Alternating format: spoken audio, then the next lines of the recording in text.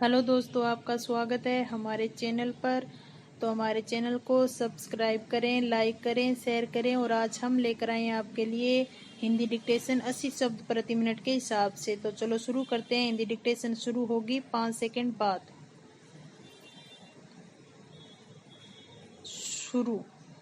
इतिहास में 4 अक्टूबर 1957 कोई साधारण दिन नहीं था। इस दिन पहली बार मनुष्य में अंतरिक्ष में एक अभूतपूर्व उड़ान भरी जब सोवियत यूनियन ने स्पुतनिक फर्स्ट नाम कृत्रिम उपग्रह पृथ्वी के निकट कक्षा में स्थापित कर दिया।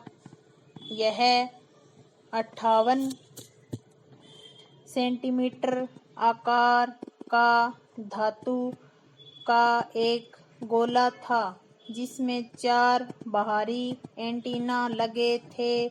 इस कारनामे ने अंतरिक्ष को जैसे एकाधिकार में ले लेने के लिए एक ऐसी स्पर्धा को जन्म दे दिया जिसका अंत नहीं हो सकता। इससे अलग यह एक टेक्नोलॉजी में क्रांति की शुरुआत थी, जिसमें अब अधिकतर देश शामिल हो गए हैं। अब अनेकानेक देशों के भू उपग्रह संचार व्यवस्था, भू प्रेक्षण, रिमोट सेंसिंग, मिलिट्री को समर्पित और वैज्ञानिक अध्ययन के उद्देश्य से अंतरिक्ष में स्थापित होते जा रहे हैं। कुछ देश तो लंबी मानव सहित अंतरिक्ष यात्राओं की तैयारियों में लगे हैं। अक्सर सवाल पूछा जाता है कि अंतरिक्ष कहाँ है। इसका सरल उत्तर विख्यात वैज्ञानिक फ्रैंक होयल ने दिया है कि सिर्फ 100 किलोमीटर की ड्राइव जितना दूर बस आकाश की ओर जाना होगा। इस ऊंचाई पर पृथ्वी का वातावरण लगभग नहीं के बराबर है।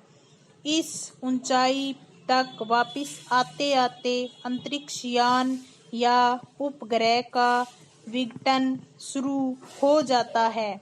किसी भी वस्तु के लिए रिएक्टरी पदार्थ बाह्य अंतरिक्ष से वातावरण में प्रवेश या मानव सहित अंतरिक्ष यान के लिए घर वापसी भी इसी ऊंचाई से होते हैं। अधिकतर भू उपग्रह पृथ्वी के निकट कक्षाओं में स्थापित किए जाते हैं, जो 400 से 1000 किमी की ऊंचाई के बीच होती है। ये कक्षाएं ध्रुवों से 20 से 30 डिग्री के कोण के भीतर रहती है। इन्हें ध्रुवीय उपग्रह कहा जाता है। इनका भ्रमण काल लगभग 90 मीटर का होता है। उपरोक्त क्षेत्र पृथ्वी के वातावरण के अत्यंत विरल हिस्से थर्मोस्फीयर के भीतर आता है। इन सबसे ऊपर है भू कक्षा, जो विषुवत रेखा पर समुद्र से 35,786 किलोमीटर की ऊंचाई पर है और वर्ताकार है। यहाँ संचार और पृथ्वी प्रेक्षण उपग्रहों को स्थापित किया जाता है।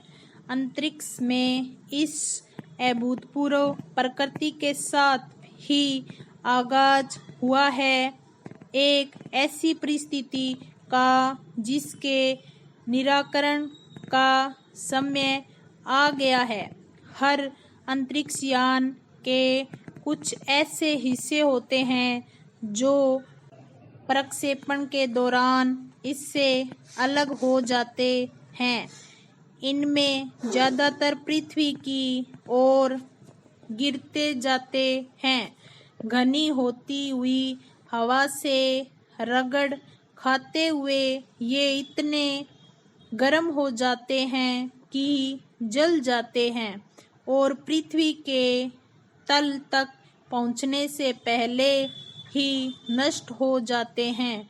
चूंकि भू उपग्रह अधिकतर पृथ्वी के निकट कक्षाओं में रखे जाते हैं, इन्हीं कक्षाओं में अंतरिक्ष यानों से विसर्जित हिस्से भी विभिन्न कक्षाओं में बैठते गए हैं। अनेकानेक प्रक्षेपण का नतीजा यह हुआ है कि इनकी संख्या अब लाखों में जा पहुंची है। ये लंबे समय तक पृथ्वी के निकट कक्षाओं में परिभ्रमण करते रहेंगे।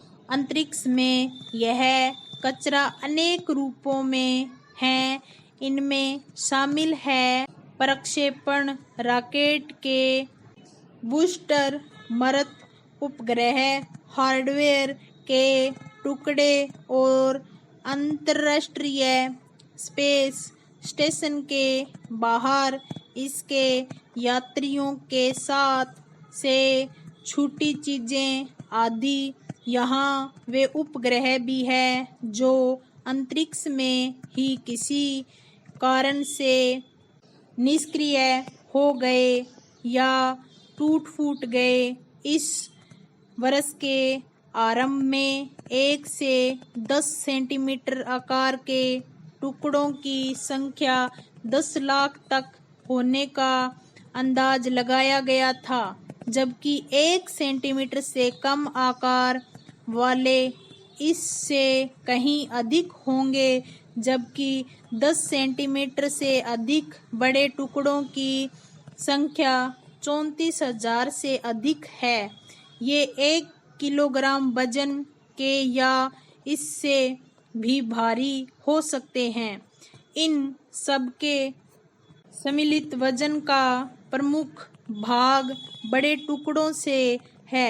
ये सभी लंबे समय तक कक्षाओं में बने रहेंगे।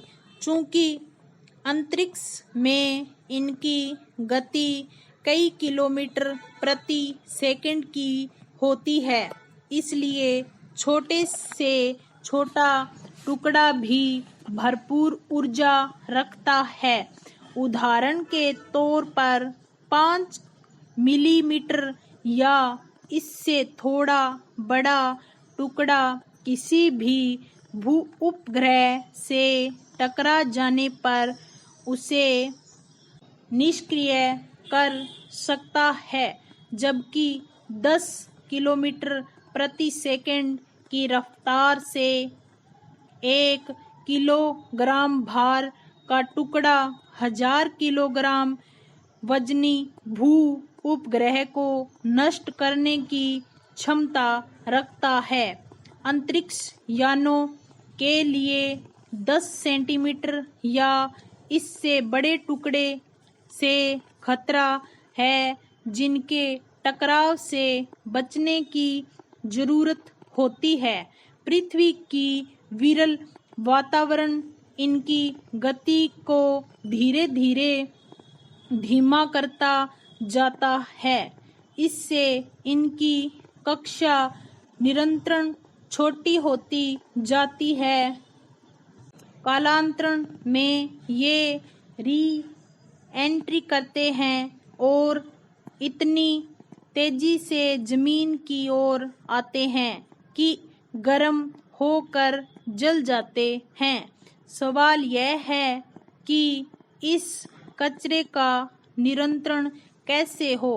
जाहिर है इन सब टुकड़ों की गिनती की जरूरत है, साथ ही इनकी कक्षाओं की गणना की भी, ताकि इनसे स्पेस एजेंसियां समय समय पर रडार से ट्रैक कर सके।